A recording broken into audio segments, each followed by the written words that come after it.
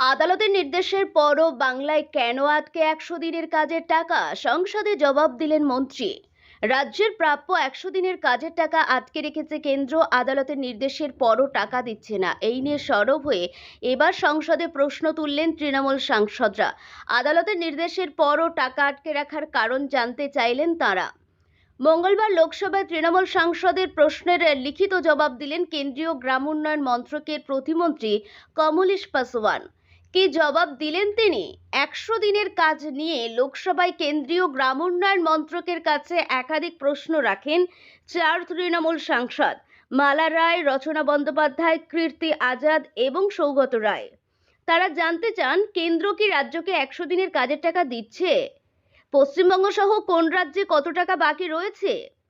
Supreme court যদি রাজ্যে 100 দিনের কাজ ফের শুরুর নির্দেশ দিয়ে থাকে, তাহলে বকেয়া টাকা কবে দেবে কেন্দ্র? এদিন লোকসভায় তৃণমূল সাংসদের প্রশ্নের লিখিত জবাব দেন কমলেশ পাসওয়ান। সেখানে তিনি জানান, হাইকোর্ট বাংলায় 100 দিনের কাজ ফের শুরুর নির্দেশ দিয়েছে। হাইকোর্টে সেই নির্দেশ কিভাবে কার্যকর করা যায় তা খতিয়ে দেখছে গ্রাম উন্নয়ন মন্ত্রক। বাংলায় 100 দিনের টাকা আটকে রাখার কারণ হিসাবে কেন্দ্রীয় প্রতিমন্ত্রী জানান, কেন্দ্রীয় গ্রাম উন্নয়ন মন্ত্রকের নির্দেশ পালন করেনি রাজ্য, তাই টাকা আটকে রাখা হয়েছে। Mahatma Gandhi national rural employment guarantee act 2005-এ 27 ধারা অনুসারে এই সিদ্ধান্ত নেওয়া হয়েছে।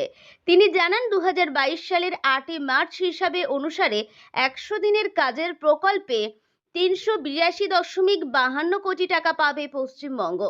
এদিকে এদিনও 100 দিনের কাজের টাকা আটকে রাখা নিয়ে কেন্দ্রের বিরুদ্ধে সরব হন মুখ্যমন্ত্রী মমতা বন্দ্যোপাধ্যায়। তিনি বলেন, 100 দিনের কাজে দেশের 1 নম্বরে ছিল রাজ্য, তারই টাকা আটকে রেখে কেন্দ্র রাজ্যের সঙ্গে বঞ্চনা করছে বলে তিনি অভিযোগ করেন।